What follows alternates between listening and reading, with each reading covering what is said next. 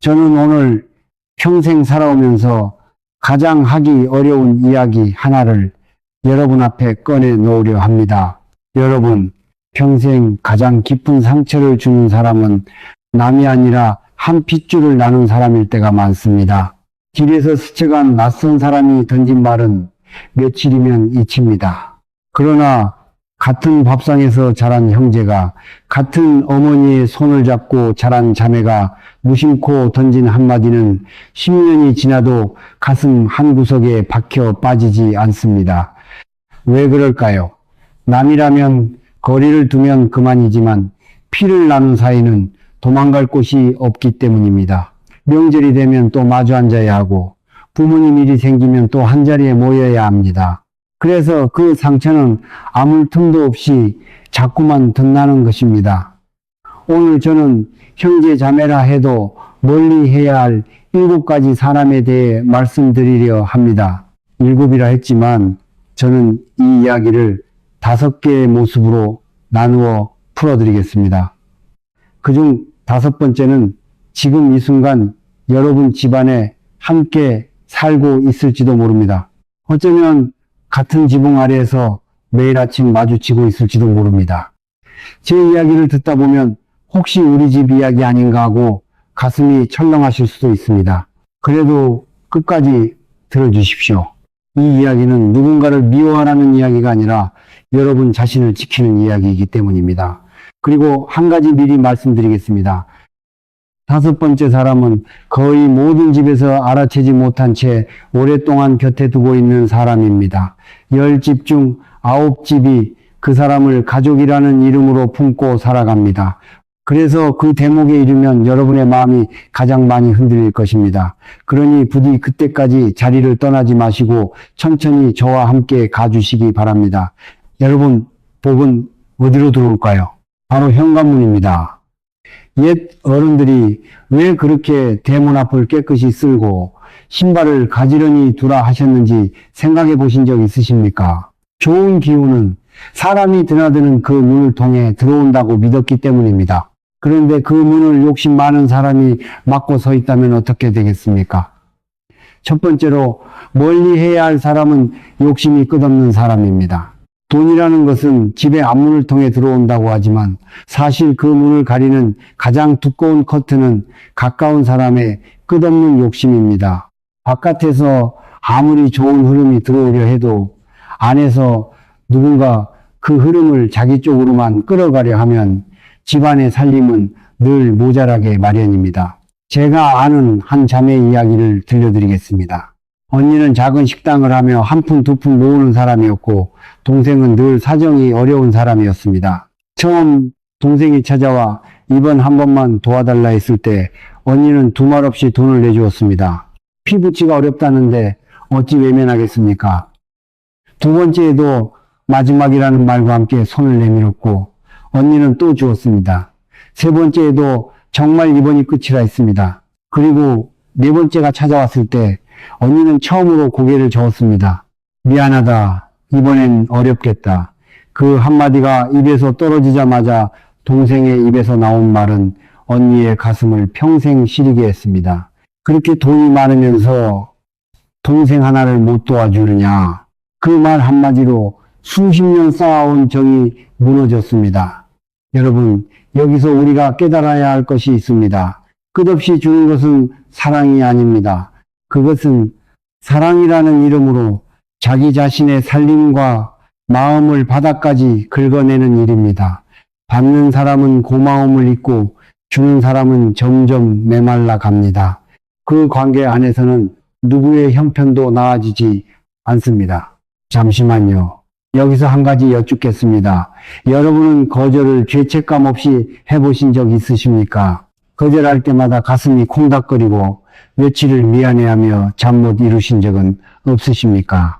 만약 그렇다면 여러분은 이미 누군가에게 한없이 퍼주는 자리에 서 계신 것일지도 모릅니다. 그런데 욕심보다 더 무서운 사람이 있습니다. 집안의 공기 자체를 차갑게 만드는 사람입니다. 그 사람은 돈을 가져가는 것이 아니라 그보다 더 귀한 것을 가져갑니다. 두 번째로 멀리해야 할 사람은 폭력적인 사람입니다. 손을 드는 사람만 폭력적인 것이 아닙니다. 말로 사람을 베는 사람도 똑같은 폭력입니다. 몸은 시간이 지나면 사라집니다. 그러나 말로 새긴 상처는 지갑처럼 평생 품고 다니게 됩니다. 어딜 가나 따라오고 잊을만 하면 다시 욱신거립니다. 몸에 난 상처는 약을 바르면 아뭅니다.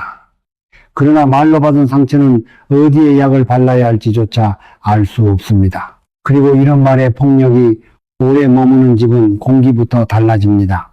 들어서는 순간 어깨가 움츠러들고 숨이 얕아지고 자꾸 눈치를 보게 됩니다. 그렇게 기운이 가라앉은 집에서는 좋은 흐름이 머물지 못하고 그대로 빠져나갑니다. 한 가족의 저녁 밥상을 떠올려 보십시오.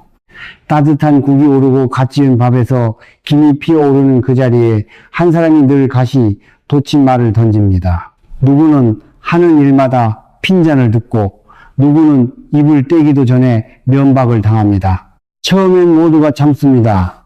가족이니까요. 그러나 시간이 지나면 한 사람씩 그 밥상을 피하기 시작합니다. 이 바쁘다는 핑계로, 약속이 있다는 핑계로 점점 늦게 들어오고 점점 일찍 일어섭니다. 그리고 어느 날 문득 그 큰 식탁에 단둘이 앉아있는 자신을 발견하게 됩니다. 웃음이 사라진 집은 복이 사라진 집입니다. 저는 이 말을 오랜 세월 보아오며 깊이 믿게 되었습니다. 사람을 모이게 하는 집에는 좋은 일이 따라 들어오고 사람을 흩어지게 하는 집에서는 좋은 일이 하나둘 떠나갑니다. 여러분, 지금 잠깐 우리 집 식탁을 떠올려 보십시오. 그 밥상에서 가장 많이 웃는 사람은 누구입니까? 그리고 가장 자주 입을 다무는 사람은 누구입니까? 그 한 사람의 표정 속에 우리 집의 진짜 온도가 담겨 있습니다. 그런데 이보다 더 교묘한 사람이 있습니다. 겉으로는 웃고 있지만 마음속으로 사람을 등급으로 나누어 놓는 사람입니다. 세 번째로 멀리해야 할 사람은 차별하는 사람입니다. 한 집에서 같은 부모 밑에 자란 형제인데 누구는 안방에서 자고 누구는 문간방에서 잡니다. 그 차별이 시작되는 곳은 방이 아니라 마음입니다. 마음에서 줄이 그어지면 그 줄은 곧 집 안 곳곳에 보이지 않는 금으로 번져갑니다. 형제 사이에 누구는 잘 살고 누구는 못 산다는 비교가 끼어들면 그것은 벽에 생긴 작은 금과 같습니다. 처음엔 머리카락만큼 가늘어 보입니다. 그러나 그 금을 그대로 두면 어느 날 집 전체가 그 금을 따라 갈라집니다. 명절날 혹은 제삿날을 떠올려 보십시오. 같은 조상의 피를 받은 사람들이 한자리에 모입니다. 그런데 누구는 윗자리로 청해지고 누구는 슬그머니 부엌 쪽으로 밀려납니다. 누구의 자식은 자랑처럼 소개되고 누구의 자식은 이름조차 불리지 않습니다. 그 자리에 앉은 사람의 마음이 어떻겠습니까? 내 집안인데 내 핏줄인데 정작 나는 이 집에서 가장 가벼운 사람이구나. 그 서러움은 그날 하루로 끝나지 않습니다. 평생 그 사람의 가슴에 남습니다. 복은 차별하는 집을 가장 먼저 떠납니다. 좋은 기운은 따뜻하게 흐르는 곳을 좋아하지 한쪽으로 기울어진 곳에 머물지 않습니다. 한 사람만 귀하게 여기고 다른 사람을 가볍게 여기는 집은 기둥 하나가 기울어진 집과 같습니다. 그 집은 아무리 겉을 꾸며도 끝내 한쪽으로 무너집니다. 여기서 솔직히 여쭙겠습니다. 그 차별 받기만 하셨습니까? 혹시 여러분도 모르는 사이에 누군가에게 그런 차별을 하고 계시지는 않습니까? 자식들 사이에서, 형제들 사이에서 나도 모르게 누구 하나를 마음의 윗자리에 앉히고 누구 하나를 아랫자리로 밀어두지는 않았습니까? 이 질문은 남을 향한 것이 아니라 우리 자신을 향한 것이기도 합니다. 이제 5번째입니다. 제가 영상을 시작하며 약속드렸던 거의 모든 집이 알아채지 못한 채 품고 사는 바로 그 사람입니다. 마음 단단히 잡으시고 들어주십시오. 네 번째로 말씀드릴 사람은 받기만 하고 고마움을 모르는 사람입니다. 여러분 댁의 쓰레기통은 가끔 비우시지요. 가득 차면 비우고 또 채워지면 비웁니다. 그런데 마음의 쓰레기통 역할만 하는 관계는 아무리 시간이 흘러도 비워지지 않습니다. 한쪽은 계속 채우기만 하고 한쪽은 계속 받기만 합니다. 그 관계는 영원히 한 방향으로만 흐릅니다. 받기만 하는 사람은 마치 바닥이 없는 항아리와 같습니다. 아무리 부어도 차지 않습니다. 그 사람이 가난한 것은 돈이 아닙니다. 고마움을 느끼는 마음이 가난한 것입니다. 돈은 다시 벌 수 있지만 고마움을 모르는 마음은 좀처럼 채워지지 않습니다. 한 사람을 떠올려 보십시오. 그는 필요할 때만 찾아옵니다. 어려운 일이 생기면 가장 먼저 전화를 겁니다. 그리고 그 일이 해결되면 거짓말처럼 연락이 끊깁니다. 고맙다는 말 한마디가 없습니다. 다음에 또 어려운 일이 생기면 아무 일도 없었던 사람처럼 다시 찾아옵니다. 그렇게 몇 해가 지나면 도와주던 사람은 문득 깨닫습니다.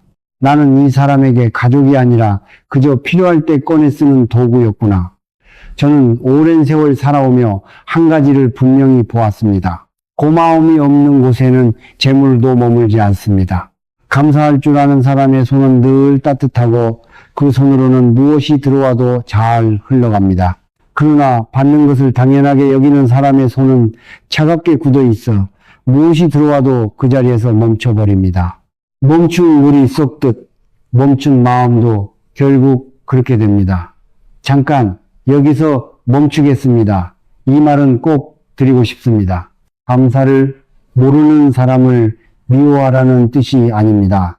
다만 여러분이 끝없이 퍼주다 스스로 메말라가는 그 자리에서 잠시 멈춰 자신을 돌아보시라는 것입니다. 여러분의 따뜻함은 귀한 것입니다. 그것을 알아주지 않는 사람에게만 평생 쏟아붓기에는 여러분의 마음이 너무도 소중합니다. 여러분 잠시 눈을 감고 떠올려 보십시오.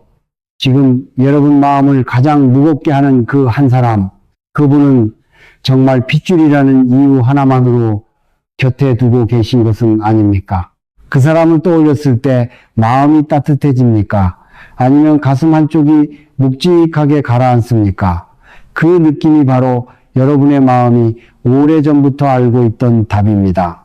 답을 찾으셨다면 천천히 눈을 뜨시고 다시 저와 함께 가주십시오. 가장 가까이에서 가장 자주 마주치는 마지막 사람이 남았습니다. 다섯 번째로 멀리해야 할 사람은 끊임없이 비난하고 통제하려는 사람입니다. 여러분 집의 창문은 무엇을 위해 있습니까? 바람이 드나들라고 있는 것입니다. 막힌 공기가 빠져나가고 새 공기가 들어와야 그 집이 숨을 쉽니다. 그런데 그 창문을 누군가 평생 닫아두려 한다면 그 집의 공기는 어떻게 되겠습니까? 통제하려는 사람은 가까운 사람을 줄에 매단 인형처럼 다룹니다. 무엇을 입을지, 누구를 만날지, 어떤 일을 할지 모든 것을 자기 손안에 두려 합니다. 그리고 그 옆에는 늘 비난이 따라붙습니다. 무엇을 해도 부족하다 하고 아무리 잘해도 칭찬 한마디가 없습니다. 그 비난은 큰 소리가 아닙니다. 처마 끝에서 한 방울씩 떨어지는 물처럼 조용합니다. 그러나 그 한 방울이 평생 떨어지면 단단한 돌도 결국 패입니다. 사람의 자존감도 꼭 그렇게 달아갑니다. 아무리 애를 써도 돌아오는 것은 핀잔뿐인 삶을 상상해 보십시오. 작은 일 하나를 결정할 때도 먼저 허락을 구해야 합니다. 어디를 가든 무엇을 사든 누구를 만나든 늘 그 사람의 얼굴빛부터 살펴야 합니다. 그렇게 사는 사람은 자기 집 안에서조차 손님처럼 조심스럽게 발끝을 들고 걷습니다. 자기 인생인데 정작 그 인생의 주인 자리에 자기가 앉지 못합니다. 저마다의 마음에 바람이 드나들 창문이 없는 집에서는 좋은 기운도 흐르지 못하고 그 자리에 갇혀버립니다. 가족이란 서로를 가두는 사이가 아니라 서로가 숨쉴 창문을 열어주는 사이여야 합니다. 누군가의 창문을 평생 닫아두는 사람은 그 집 전체의 숨길을 막고 있는 것과 같습니다. 여러분, 진짜 강한 사람은 남을 눌러서 자기를 높이는 사람이 아닙니다. 진짜 강한 사람은 곁에 있는 사람을 일으켜 세워주고도 생색내지 않는 사람입니다. 누군가를 작게 만들어야만 자기가 커지는 사람이라면 그 사람은 사실 가장 작고 가장 외로운 사람입니다.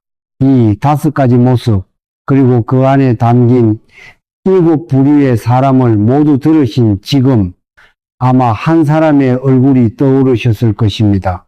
어쩌면 한 사람이 아니라 여러 얼굴이 스쳐갔을지도 모릅니다. 그렇다면 마지막으로 가장 중요한 말씀을 드리겠습니다. 여러분, 누군가를 떠나보낸다는 것은 그 사람을 버리는 일이 아닙니다. 우리는 흔히 멀리한다는 말을 차갑고 모진 일로 여깁니다. 그러나 사실은 정반대입니다. 오랫동안 한 사람으로 가득 채워져 있던 그 무거운 자리를 비로소 비워내는 일입니다. 그리고 그 빈자리에야말로 그동안 들어오지 못했던 새로운 기운과 평안이 찾아들 수 있습니다. 생각해 보십시오. 집안에 낡은 짐이 가득 쌓여 있으면 아무리 좋은 물건을 드리고 싶어도 둘 자리가 없습니다. 사람의 마음도 똑같습니다. 나를 메마르게 하는 사람으로 마음이 꽉 차 있으면 정작 나를 아껴줄 좋은 인연이 찾아와도 들어설 틈이 없습니다. 집을 비우고 마음을 정리하면 비로소 기운이 돌기 시작하고 그 흐름을 따라 재물과 평안도 함께 머물게 됩니다. 피를 나눈 사이라 해서 마음까지 다 내어줄 의무는 없습니다. 이 말을 꼭 기억해 주십시오. 같은 피가 흐른다는 것은 인연의 시작이지 평생 모든 것을 견뎌야 한다는 계약이 아닙니다. 사랑하되 닳지 않을 수 있고 곁에 두되 휘둘리지 않을 수 있습니다. 거리를 둔다는 것은 미움이 아니라 나를 지키는 또 다른 형태의 사랑입니다. 그리고 한 가지 더 말씀드리겠습니다. 누군가를 떠나보낸 빈자리는 외로움이 아니라 복이 들어올 새 문이 됩니다. 처음엔 그 자리가 허전하게 느껴질 것입니다. 익숙했던 무게가 사라졌으니 당연합니다. 그러나 시간이 지나면 그 자리에 들어선 가벼움과 고요함이 얼마나 귀한 것이었는지 알게 됩니다. 비어있다는 것은 잃은 것이 아니라 무언가를 새로 맞이할 준비가 되었다는 뜻입니다. 여러분, 오늘 제가 말씀드린 7 부류의 사람은 누군가를 원망하라고 꺼낸 이야기가 아닙니다. 평생 미워하며 살라는 이야기는 더더욱 아닙니다. 이 이야기는 다만 여러분이 자신을 한번 돌아보시도록 그리고 스스로에게 평안할 권리를 허락하시도록 드리는 이야기입니다. 우리는 너무 오래 가족이라는 이름 앞에서 자기 마음을 뒤로 미루며 살아왔습니다. 이제는 그 마음에도 한 번쯤 자리를 내어줄 때입니다. 그러니 오늘 너무 큰 일을 하려 하지 마십시오. 그저 작은 것 하나부터 시작하시면 됩니다. 집에 돌아가시거든 현관을 한번 둘러보십시오. 흐트러진 신발을 가지런히 모으고 문 앞에 쌓인 먼지를 닦아내십시오. 그리고 늘 들고 다니시는 지갑을 꺼내 오래된 영수증과 쓸모없는 종이들을 비워보십시오. 이것은 단지 청소가 아닙니다. 이제 무거운 것은 내려놓고 새로운 기운을 맞이하겠다는 여러분 자신과의 작은 약속이자 조용한 의식입니다. 그 작은 정리 하나가 신기하게도 마음의 정리로 이어집니다. 손이 한 군데를 비우면 마음도 한 군데를 비울 용기가 생깁니다. 그렇게 집이 가벼워지고 마음이 가벼워지면 그 사이로 그동안 들어오지 못했던 따뜻한 흐름이 천천히 스며들기 시작합니다. 풍수란 멀리 있는 신비한 것이 아닙니다. 오늘 내 손으로 우리 집 한 구석을 쓸고 닦는 그 마음에서부터 시작되는 것입니다. 여러분의 집에 평안과 재물운이 가득하시기를 저는 진심으로 바랍니다. 그리고 여러분의 마음에도 더는 닳지 않을 단단한 평온이 깃들기를 바랍니다. 오늘 들으신 이야기 중 단 한 가지라도 마음에 남으셨다면 그것으로 이 이야기는 제 몫을 다한 것입니다. 여러분이 지금 가장 마음 아픈 그 관계를 댓글로 한 줄 남겨주십시오. 길게 쓰지 않으셔도 됩니다. 그저 오늘부터 나를 더 아끼겠다는 한마디 혹은 내 집과 내 삶에 감사한다는 짧은 한 줄이면 충분합니다. 그 한 줄이 여러분 스스로에게 건네는 가장 따뜻한 위로가 될 것입니다. 저는 다음 이야기에서 이 마음을 더 깊이 그리고 더 따뜻하게 여러분과 함께 풀어드리겠습니다. 이 이야기가 여러분의 마음에 작은 빛이 되었다면 곁에 있는 소중한 사람에게도 가만히 전해 주십시오. 그리고 앞으로의 이야기도 함께하고 싶으시다면 가벼운 마음으로 구독 버튼을 눌러주시기 바랍니다. Subscribe to the channel.